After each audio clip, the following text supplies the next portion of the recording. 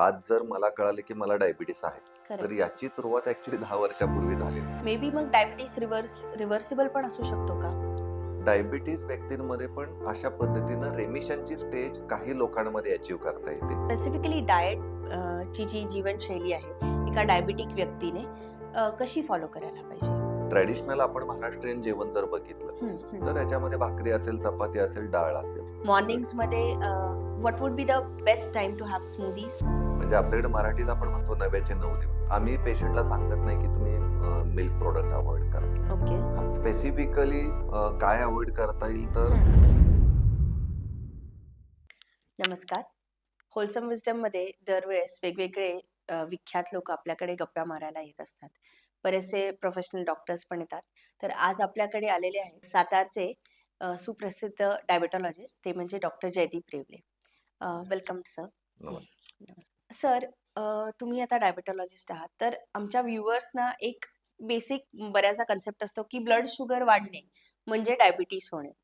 तर काही तुम्ही एक इन्साइट देऊ शकता का, की along with blood sugar exactly आपल्या बॉडीमध्ये डायबिटीज जेव्हा डिटेक्ट होतो, काय चेंजेस होतात? ओके.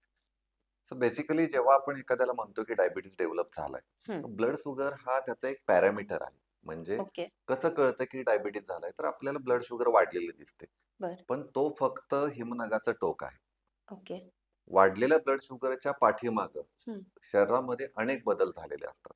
जसं की शरीरामध्ये इन्सुलिनचा रेझिस्टन्स वाढतो, इन्सुलिनला काम करायला विरोध निर्माण होतो, स्वादुपिंडामधलं इन्सुलिन तयार होण्याची प्रक्रिया मंदावते.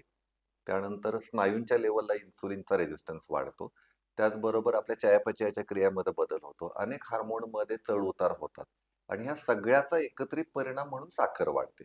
ओके. तर डायबिटीस म्हणजे फक्त साखर वाढणे हां. इतपत नसून बर. शरीरामध्ये झालेले ह्या विविध बदल, हं. विविध हार्मोन मधले जे चेंजेस आहेत, या हां. सगळ्या गोष्टी आपल्याला विचारात घेतल्या पाहिजे. म्हणजे ह्याची सुरुवात ही इन्स्टंटेनियस ब्लड शुगर वाढल्याने नाही, तर आपल्या खूप आधीपासूनच्या म्हणजे यंग एज मधल्या आपल्या लाईफस्टाईलची, डाएटची पण रिलेशन असू शकतं ना? अगदी बिलकुल, बिलकुल. जनरली आम्ही असं म्हणतो, की जेव्हा एखाद्या ब्लड शुगर डिटेक्ट होते, हं. म्हणजे आज जर मला कळाले, की मला डायबिटीस आहे, तर करेक्ट. याची सुरुवात ॲक्चुअली 10 वर्षापूर्वी झालेली असते. झालेली असते. कारण 10 वर्षापासून शरीरात होणारे हे छोटे, छोटे, छोटे बदल हं. शेवटी अशा स्टेजला येतात, की रक्तातल्या साखरेची पातळी कंट्रोल होत नाही.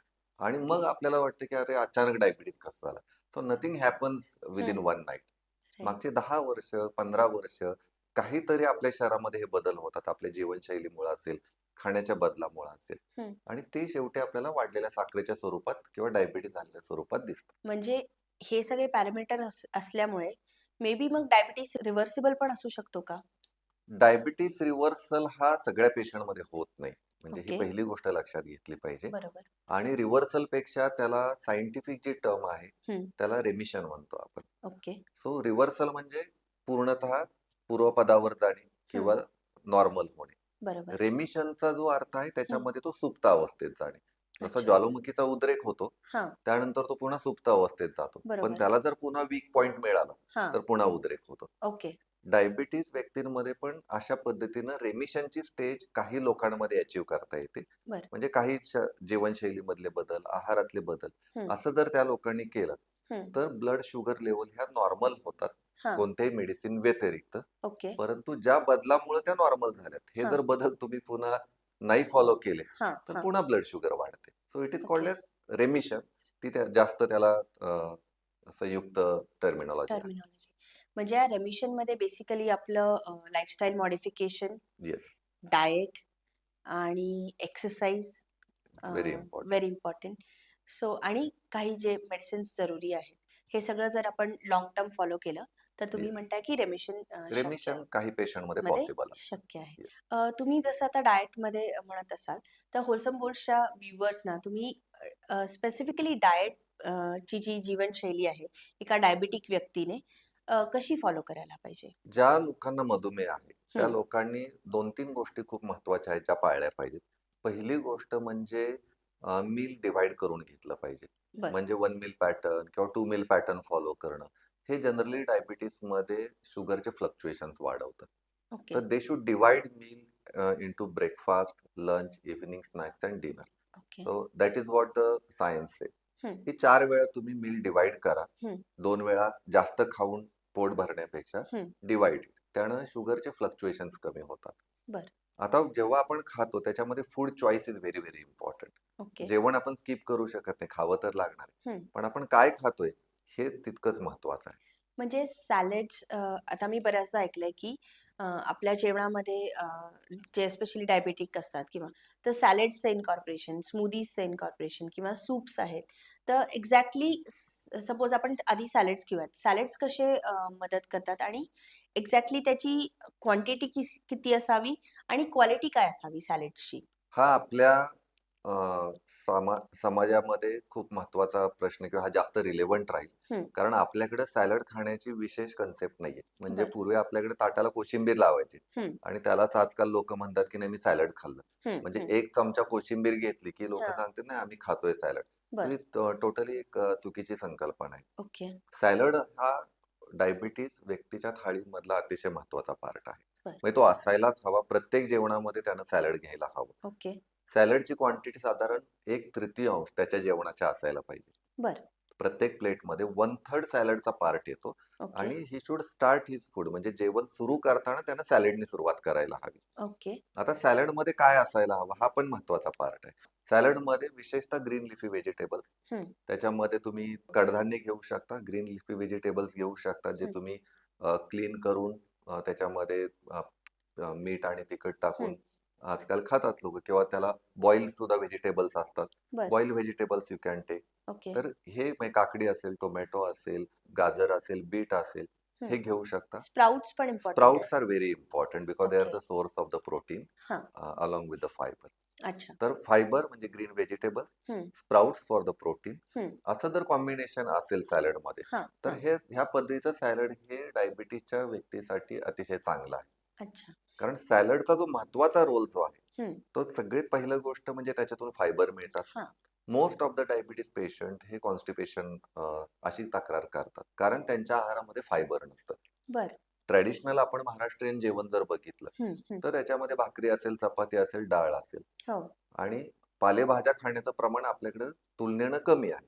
बरं, आणि पालेभाज्या आपण शिजवून खातो त्यामुळे फायबर बऱ्यापैकी डिनेचर होतं बरं. आणि त्या फायबरचा विशेष उपयोग होत नाही आणि ओके. क्वांटिटीमध्ये तितकं फायबर खाल्लं जात नाही. बरं. म्हणजे एक वाटी पालेभाजी असेल हं. तर ती आपण साधारण दीड चपाती किंवा दीड पोळी बरोबर खातो. ओके. म्हणजे क्वांटिटी वाईज ती खूप कमी जाते बरं. आणि ते फायबर कमी पडल्यामुळे कॉन्स्टिपेशनची बऱ्याच लोकांची तक्रार असते. अच्छा. तर सॅलड जर तुम्ही डेली घेतलं तर हं. तुमचं कॉन्स्टिपेशन बऱ्यापैकी कमी होतं because you get lot of fibre along with that you get lot of antioxidants also बरं. Which are very important. म्हणजे इन्सुलिन रेझिस्टन्सचा जो हं. कॉम्पोनंट आहे डायबिटीस मधला हां, हां.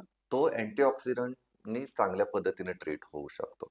ओके. सॅलडचा तिसरा महत्वाचा जो फायदा आहे हं, की सॅलड मधले जे फायबर्स असतात ते हं. पोटात जाऊन मेश क्रिएट करतात. ओके. तर म्हणजे थोडक्यात चोथा तयार होतो हां, हां, पोटामध्ये. हां. त्या चोथ्यामुळं आहारातले जे कार्बोदके आहेत हं. हे रक्तामध्ये मिसळण्याचं प्रमाण स्लो होतं. अच्छा. So it's acts as a barrier किंवा एक वॉल छोटीशी तयार होते आणि मग कार्बोदके रक्तामध्ये खूप फास्ट स्पीडमध्ये मिसळत नाहीत. ते ओके. स्लोली कार्बोदके रक्तामध्ये जातात. त्यानं साखरेचे चढ उतार बंद होतात. हं, हं. बऱ्याच लोकांचे खाल्ल्यानंतरची साखर जास्त असते. हां. Post meal. तर पोस्ट मील असेल, पोस्ट ब्रेकफास्ट असेल, ह्या हं, हं. शुगरचे स्पाइक्स असतात. म्हणजे 100 आली तर खाल्ल्यानंतर 250 येते. हां, हां. तर ह्या लोकांनी सॅलड फक्त जर आहारामध्ये जेवण सुरू करताना जर घेतलं तर they will see the tremendous difference in the sugar value. त्यांना ओके. लगेच जाणवेल की शुगरचे जे स्पाइक जास्त होत होते हं, हं. ते कमी होतात. म्हणजे व्ह्युअर्सना मला सांगायचं आहे, की तुम्हाला जर ग्लुकोज स्पाइक्स अव्हॉइड करायचे असतील, तर नक्की तुमच्या सॅलड्समध्ये हाय फायबर आणि हायड्रेटिंग व्हेजिटेबल्स हे इन्कॉर्पोरेट करा. बिलकुल. राइट? सेकंड अजून एक आहे, की स्मूदीजवरती बरचसा फोकस आजकाल आपण ऐकतो. पण ह्या स्मूदीज कधी-कधी स्वीट असतात किंवा या Correct. डायबेटिक फ्रेंडली कशा व्हायला पाहिजे? स्मूदीज मागच्या काही वर्षांमध्ये बऱ्यापैकी आपल्याकडं स्मूदी घेणारा क्लास वाढलेला आहे. ओके. मग तो हेल्थ कॉन्शियस पण आहेत हं. आणि डायबिटीस असणारे बरेचसे लोक स्मूदी वापरतायत. परंतु स्मूदी वापरताना त्याच्यामधलं जे कंटेंट आहे, ते हं. कशाची स्मूदी बनवतोय आपण, हां, हां. हे खूप महत्वाचं आहे. ओके. कारण त्याच्यामध्ये बेसिकली आपल्याला स्मूदीमध्ये अपेक्षित काय आहे, की हं. त्याच्यामध्ये हिरव्या पालेभाज्या असाव्यात हां. किंवा स्प्राउट असावेत किंवा हं. बाकीचे व्हेजिटेबल्स असावेत ओके. आणि त्याच्यामध्ये स्वीट फ्रुट्स हां, किंवा मिल्क बेस असं हां. काही टाकायला नाही पाहिजे. ज्याच्यात ओके. कार्बोहायड्रेटचं प्रमाण जर त्या स्मूदीमध्ये जास्त असेल, हं, हं. तर तुम्ही स्मूदी घेऊन ऍक्च्युली काहीच करत नाही. Okay, okay. इनफॅक्ट होतंय. ते सेमी लिक्विड फॉर्म मध्ये असल्यामुळे बऱ्याच हां. वेळेला त्यातले कार्बोदके हे रक्तामध्ये जास्त फास्ट पसरतात आणि बरं. शुगरचे स्पाइक इनफॅक्ट वाढतात. वाढतात. जर त्याच्यामध्ये स्वीट फ्रुट्स असतील ओके. किंवा त्याच्यामध्ये तुम्ही मिल्क बेस्ड काही प्रोडक्ट टाकले, राइट. तर मग त्या स्मूदी घेण्यामध्ये त्याचा जो बेसिक पर्पज आहे हं, तो हं. सॉल्व्ह होत नाही. बरं.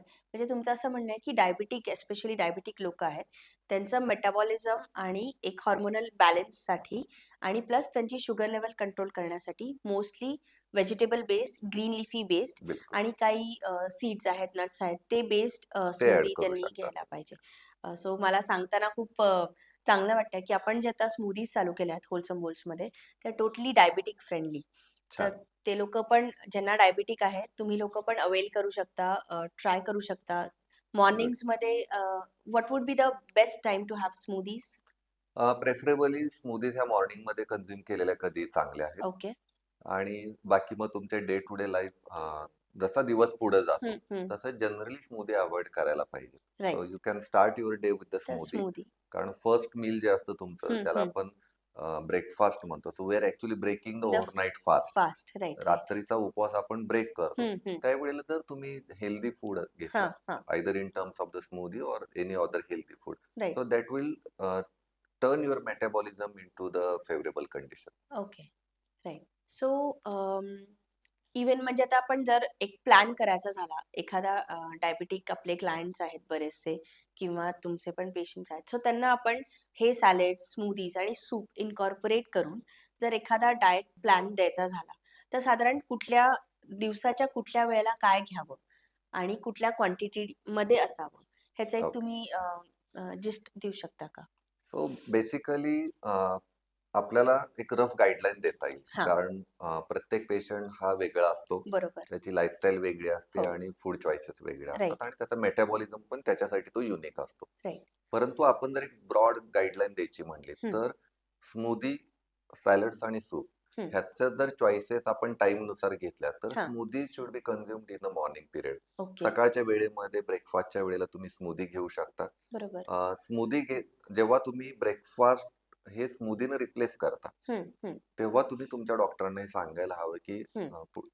उद्यापासून किंवा पुढच्या काही दिवसापासून मी हां. हा चेंज करतोय, ओके. की मी रेग्युलर ब्रेकफास्ट स्किप करणार आहे आणि त्याच्याऐवजी मी स्मूदी घेणार आहे. बरं. सो प्रोबॅबली तुमचा औषधाची रिक्वायरमेंट त्यावेळेला कमी होईल. हं, हं, हं. सो हे एक महत्वाचा फॅक्टर आहे. नाहीतर ओके. तुम्ही जर सडन चेंज केला आणि हं. मेडिसिन तेच कंटिन्यू राहिले, राइट. तर प्रोबॅबली तुम्हाला हायपोग्लायसेमिया, लो शुगरचा त्रास होण्याची शक्यता बरोबर. आहे. हां. So smoothies are very ideal at the morning hours. बरं. सॅलड जे आहे ते सॅलड हे आफ्टरनून लंचच्या वेळेला तुम्ही घेतले पाहिजेत. ओके. ट्रॅडिशनली आपल्याकडं लंच आणि डिनर हे 2 हं. क्वांटिटी वाईज जास्त असतात. बरोबर, त्यामुळे दुपारी लंचमध्ये तुम्ही सुरुवातच सॅलडनी करायची. बरोबर. So that will be ideal. Okay. त्यानं मगाशी आपण जे म्हटलं, की हं. मेटाबॉलिक बरेचसे बेनिफिट मिळतात राइट. आणि soup should be kept for the dinner. Night. हां. मग रात्री तुम्ही जेवणाच्या आधी तुम्ही सूप्स घ्या. हं, हं. ज्यानं तुमचा मेटाबॉलिझमला पण फायदा होईल. शुगर कंट्रोल चांगलं राहील आणि तुम्हाला अँटीऑक्सिडंट चांगले मिळतील. हां आणि म्हणजे सूप्सनी बऱ्याचदा असं होतं, की पोर्शन कंट्रोल पण होतं. पोषण कंट्रोल पण येतो. म्हणजे तुमची क्वांटिटी बाकीच्या जे भाकरी आणि बाकीच्या गोष्टीची हं. क्वांटिटी ऑटोमॅटिक कमी येते. सो कमी यू फील होते. फुल. फुल. म्हणजे जर हे 3 गोष्टी आहेत, ज्या आपल्या मील्समध्ये आपण इन्कॉर्पोरेट केल्या, तर बरचसं कार्बोहायड्रेट्सचं पोर्शन कंट्रोल होतं आणि आपोआपच हाय फायबर ज्याचा ग्लायसेमिक इंडेक्स लो आहे, लो तसे व्हेजिटेबल्स आपण आपोआपच आपल्या पोटात जातात येस. आणि ब्लड शुगरच्या ज्या स्पाइक्स आहेत, ते त्या कमी मेंटेन होतात. करायला मदत आणि होते. विशेषतः आता ह्या स्मूदी असेल आणि सूप्स असतील, ह्याचा हं. दुसरा मेजर जो ॲडव्हांटेज आहे, हां. तो जो आहे की क्वांटिटी समजा आपण जेवढ्या क्वांटिटीच्या व्हेजिटेबलची स्मूदी बनवतो, हां. तेवढी क्वांटिटी अशी खायला सांगितली तर प्रोबॅबली आपण खाणार नाही. Correct, correct, correct. Once it gets converted into smoothie, हां. Then it becomes easy to consume. Easy आहे. त्यामुळे तुम्हाला तेवढ्या क्वांटिटीचे व्हेजिटेबल, तेवढ्या हां. क्वांटिटीच्या व्हेजिटेबल मधले अँटीऑक्सिडंट्स, फायबर राइट, हे राइट. स्मूदीमध्ये कन्व्हर्ट केल्यानंतर तुम्ही इझिली ते पिऊ शकता. करेक्ट. इक्वली सूपमध्ये तसंच होतं. हं, हं. म्हणजे सूपमध्ये सुद्धा तुम्ही तेवढ्या क्वांटिटीचे व्हेजिटेबल खायला म्हटलं तर तुम्हाला कदाचित डिफिकल्ट वाटेल. Right, right, so right. That is the importance of the making smoothie or the soup, okay, की ओके. क्वांटिटी तुम्हाला इझिली खाता येईल अशा क्वांटिटीमध्ये ते बनतं राइट. आणि तुम्हाला त्याचे बेनिफिट्स पण बेनिफिट्स मिळतात. होतात. सो एक होलसम टिप आपण इथे देऊ शकतो डॉक्टरांची परमिशन घेऊन, की जे पण तुम्ही ताट तुमचं मांडत आहात, ब्रेकफास्ट असो, लंच असो का डिनर असो, तुमचं first food should be salads. चालेल. बिलकुल. Along with that then you go for your proteins and then you go for your carbs. Yes. आणि हे सगळं पचायला मदत होण्यासाठी आपण त्यामध्ये जर हेल्दी सीड्स किंवा नट्स ॲड केले तर super foods are always. Super foods are always super. Sir, बऱ्याचदा होलसम बोल्समध्ये जेव्हा एन्क्वायरीज येतात, काही पेशंट्स डायबिटिक असतात, तर ते म्हणतात की मॅम आम्हाला म्हणजे बोल्स चालू करण्याच्या आधी की भूक खूप लागते मध्ये-मध्ये.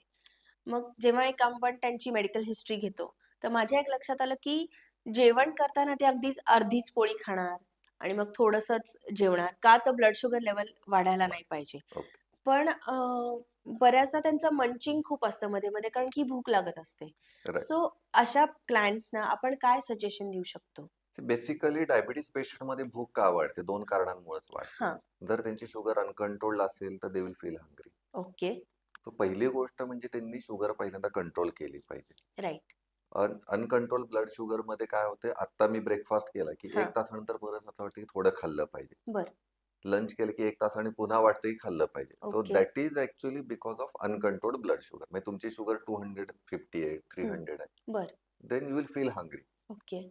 तर हा एक प्रॉब्लेम. तर हं. पहिल्यांदा ब्लड शुगर कंट्रोलवर काम करायला हवं. मग ओके. ॲपेटाईट आपोआपच कमी येईल. सो बरं. एकदा शुगर कंट्रोल आली, की हं. त्यांना स्पेसिफाईड टाईमला भूक लागायला सुरुवात होते. ओके. म्हणजे then breakfast, lunch, evening snacks and dinner ते 4 पॅटर्नमध्ये त्यांची भूक क्षमते. ओके. हा एक त्यातला फॅक्टर आहे. हां. आता ज्यांची शुगर कंट्रोलमध्ये आहे हं. आणि त्यांना बऱ्याच वेळेला असं वाटतं, की केवळ मी दुपारच्या जेवणाची क्वांटिटी कमी केली हां, आणि मग आता माझी शुगर कंट्रोल आहे. त्यामुळे मला आता खायचं नाही. म्हणजे हां. भूक असते त्यांना सपोज 1 भाकरीची भूक आहे. हो. पण तो अर्धी भाकरीच खातो आणि उठतो. हां. का तर त्याला माहिती आहे अर्ध्या भाकरीवर माझी शुगर 180 राहते. बरोबर. पण त्याचा प्रॉब्लेम असा होतो, की 2 तासानंतर पुन्हा भूक लागते. हां. Then he eats something. Right, right. आणि त्यावेळेस परत स्पाइक होतात. So correct. ॲक्चुअली त्यांना काहीच पर्पज फायदा होत सॉल्व्ह नाही. होत नाही. हां. तर जेव्हा तुम्हाला लंच आणि डिनरची जी भूक आहे, हं. त्यावेळेला तुम्ही पोट भरून जेवण्याचा प्रयत्न केला पाहिजे. हां. तरी सुद्धा मधल्या वेळेत काही लोकांना भूक लागण्याची शक्यता असते. काही हं. लोकांची टेंडन्सी असते, की त्यांना बरं. तास 2 तासानं काहीतरी तोंडात टाकावंसं वाटतं. Right, right. अशा वेळेला healthy food choice is very important. म्हणजे तुम्ही काय खाताय हे इम्पॉर्टंट आहे, हां. अलोंग विथ द किती क्वांटिटी. म्हणजे बरं. Quantity and the quality quality. किंवा तुमचे फूड चॉईसेस हां, या 2 हां. गोष्टी खूप महत्त्वाच्या आहेत. ओके. त्यावेळेला जर तुम्ही कार्बोहायड्रेट किंवा हं. कार्बोदके असणारे पदार्थ खात राहिला, हां, हां. तर शुगरचे स्पाइक वाढतील. वाढतात. पण त्या मधल्या वेळेत तुम्ही जर स्प्राउट्स असतील, हं. सॅलड्स असतील, हे बरं. जर हे केलं, तर त्यानं काय होतं, it acts as a filler.